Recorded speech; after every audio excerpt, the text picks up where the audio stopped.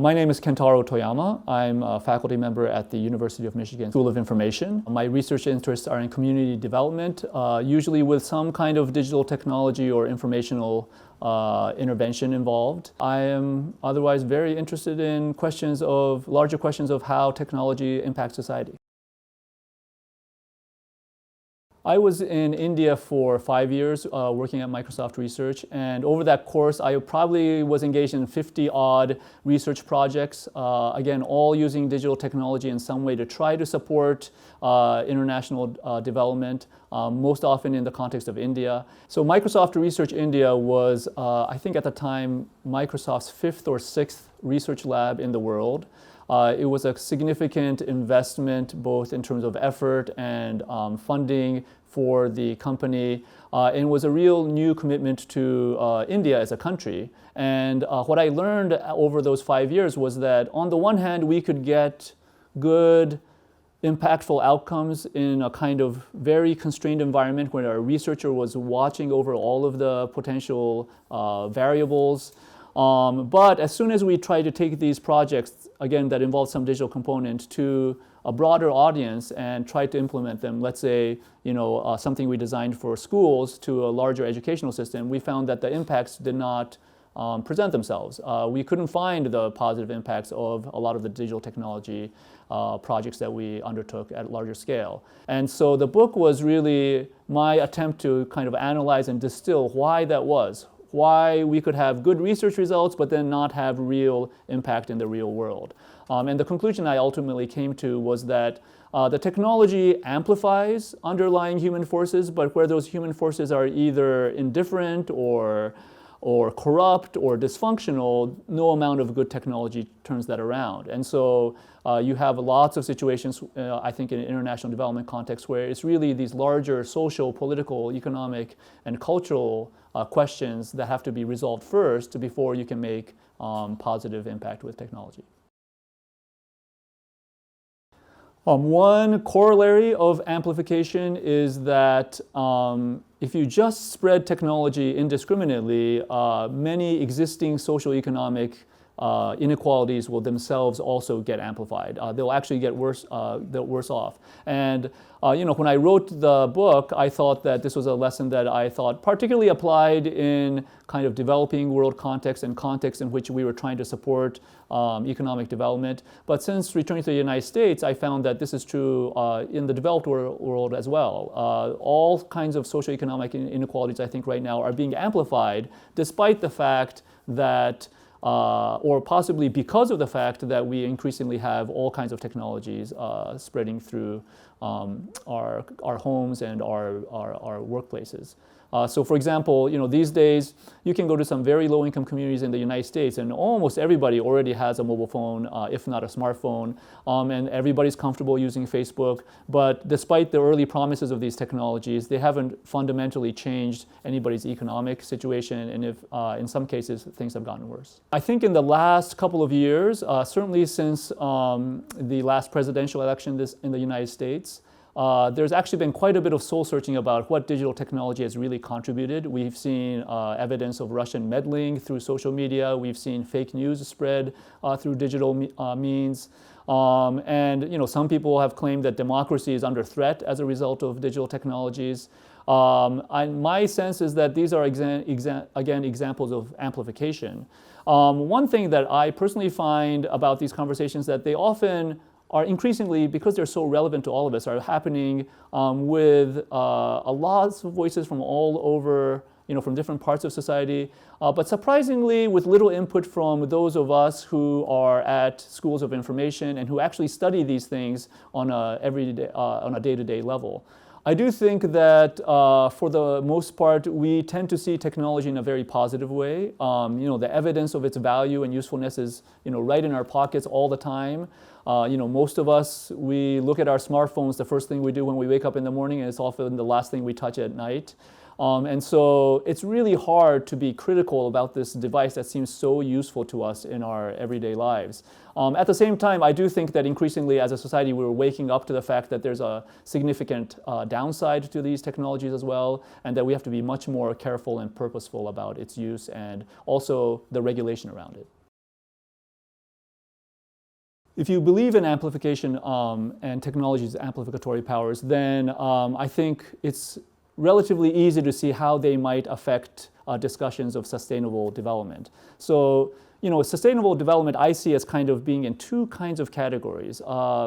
Those of us who are lower income and for whom a reasonable amount of economic security is still an important goal, I think development is really what is required. Economic development is what's required. And there, the challenge is that technology doesn't, of itself, provide the capacity for people to become more economically productive or to create ecosystems in which they can be more productive. That requires, again, political, social, economic, and sometimes cultural forces to change. At the same time, I think those of us who are very focused on sustainability, that's to say those of us who have the slack to worry about the potential future consequences of our current economic system as it is, I think we also have to change our attitudes with respect to how we consume things, how we implement policies that make it harder or easier to consume certain things. And again, these are political, social, and cultural questions, not fundamentally questions of technology. My feeling is that existing technology is already incredibly powerful, but they haven't led to decreasing inequality. They haven't led to us making changes that we need to live in a more sustainable fashion. And so that suggests that we have to change something else first. And again, if you believe in amplification, then I think what that means is if you get those social forces right, then the existing technology will naturally help us and amplify our efforts towards sustainable development. I think technology is one of the more pressing issues in our society today, simply because it's now so widespread in its use, and because technology companies themselves are such a significant force in the world. But I do think that the larger questions that we want to address are actually not specifically questions of technology. They're larger societal questions like inequality and sustainability of our current system. I'm somewhat, I would say I'm pessimistic in the short term that we are going to make the changes we need to continue in a world that we are happy with and that is actually going to sustain life as we currently experience it into the next generation. But I'm very optimistic in the long term that human beings as a whole, that we will eventually, when various crises hit, we will make the changes that we need to. We can be much better about understanding the impacts of technology that is being created so fast right now that it's really hard to keep up. One of the more interesting developments these days is how quickly a new technology is basically brought to the market, and then suddenly it's being used in ways that impact society in a dramatic fashion. For example, face recognition is one such example. Drones and robots of all kinds are another example. I would say that in all of these cases, those of us who are academics, those of us who are doing research, we want to be at the forefront of helping policymakers and technology companies make better decisions about how those products are designed and also what rules apply in the use of those products. Annalee Saxenian at UC Berkeley and Raj Reddy at Carnegie Mellon University and me, I was at the time at Microsoft Research. We founded this conference, the Information and Communication Technologies and Development Conference, ICTD for short.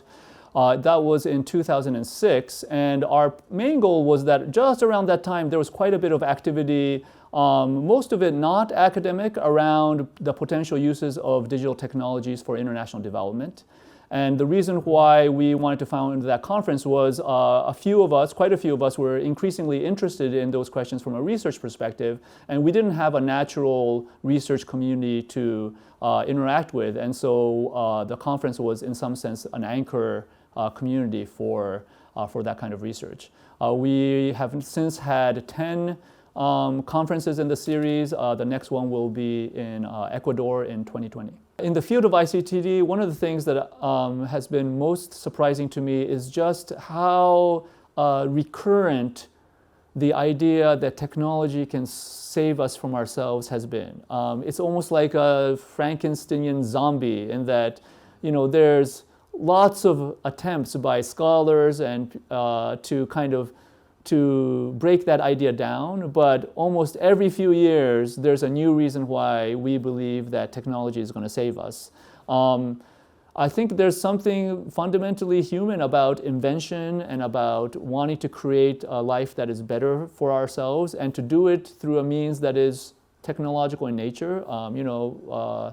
It's arguably the case that human beings are, unique in their ability to create these incredible tools that definitely give us more power. But power in and of itself doesn't change us, or it doesn't change us in a positive way necessarily. And so, it's surprising to me how recurrent that idea is and how it's fundamentally not easy to dispel it once and for all. In my own work, I'm interested in questions of how we actually cause the kind of positive changes in ourselves and in society that I think are necessary. One big question is, how do we become wiser? At schools of information, we often have this kind of hierarchy of knowledge where you start with data, information, knowledge, and then wisdom. But I think wisdom is actually is actually not on this hierarchy. It's another class of qualities that have to do more with our capacity and our willingness to put our knowledge into practice rather than some kind of deeper form of knowledge. And I think that's what's really interesting to me. That is what I personally find interesting in all of my work. But they're difficult because they're things that you can't easily measure. They're things that often take a long time to measure if you can at all. But to me, this is a fundamental question that's facing all of us, I think, as a civilization, which is, can we become wiser fast enough so that we can make the changes that most of us have some idea we know we need to make? Yeah, so if you're interested in joining an effort to help affect information and technology policy, as well as design of technology, please go to this link in the video.